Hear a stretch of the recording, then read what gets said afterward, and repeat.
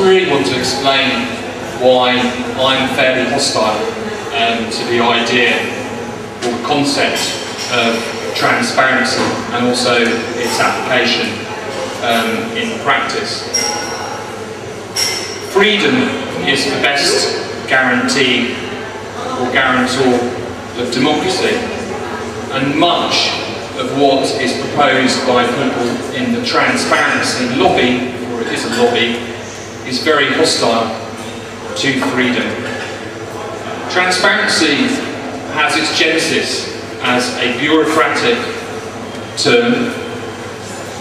It is an idea that expresses an anti-democratic trend that is ultimately hostile to a true and full public life. I'd like to agree with Jens Peter Bonda, though, that politics is a public affair.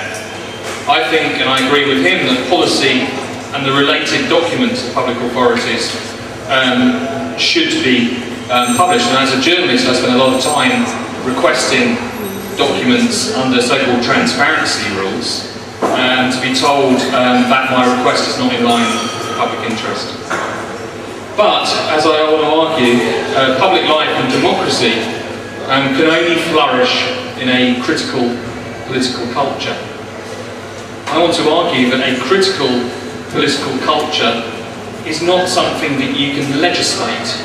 It is not something that a regulator can give you. Let me give you two examples. In my country, Britain, for many years, almost, well, over 20 years, the British state was engaged in a conflict in Northern Ireland. During that period of time, many things happened that were completely outside the rule of law, and many of those actions by state agents involved assassination, murder, killings, because it was a war. Very little of that activity was written about at the time. To do so was deeply controversial. This was not because these things were not known, they were headlines, approving headlines in many newspapers, but because there was not a critical culture in Britain surrounding that conflict. I'll give you another example from another country. In Sweden, until the mid-1970s, the Swedish Institute for Racial Hygiene was sterilising people who were short-sighted or from the wrong kind of background. Now, that was in a country that has pioneered demands for transparency as part of its much vaunted social democracy. Sadly, what was lacking there until after the event, nearly 20 years after the event when it was written about, was a critical political culture surrounding those kinds of activities. I'll go even further as well, because as we heard from Friends of the Earth, much of what the transparency lobby demand has a big impact on the freedom of individuals and associations of individuals. I want to argue that individuals and associations of individuals, even if they engage in public life, is a private matter.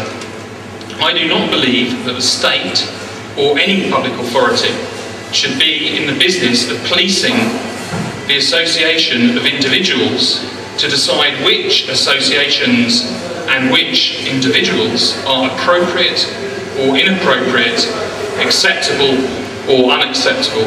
I believe that a trade union is entitled to keep its membership lists closed to the state or bosses' blacklists. I believe a consultancy is perfectly entitled to keep its client list secret. I believe that both left-wing, right-wing, or even European political parties are under no obligation whatsoever to reveal its members or sources of funding. I should be under no obligation to account for my associations, past or present, to the authorities, and nor should you. I don't think the media is the guardian of democracy. I think freedom is the guardian of democracy. Democracy means we make up our minds about the interests and who best represents our interests, not the bureaucrats, not judges, or not cops. Along with the cry of transparency, we very quickly hear witch hunt calls for registers and this idea that people should disclose. Another word that you hear a lot.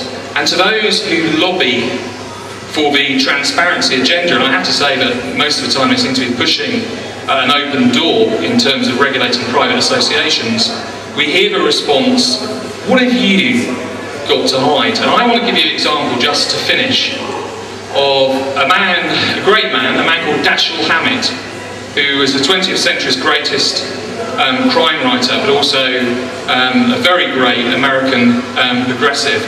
In 1951, Dashiell Hammett was sent to prison because the US Congress, the McCarthyist, the Un-American Activities Committee, wanted to know about a front organisation. Recognise that term? That front organisation was called the Civil Rights Congress. And the McCarthyists wanted to know where the money came from, because they believed, rightly as it happens, that they got money from left-wingers and some communists.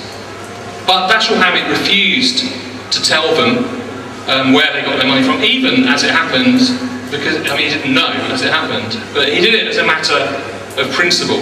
And the night before he went to prison, he told his lover, the author Lillian Hellman, and I'd like to quote this to end, maybe I better tell you that even if it were more than jail, if it were my life, I would give it for what I think democracy is.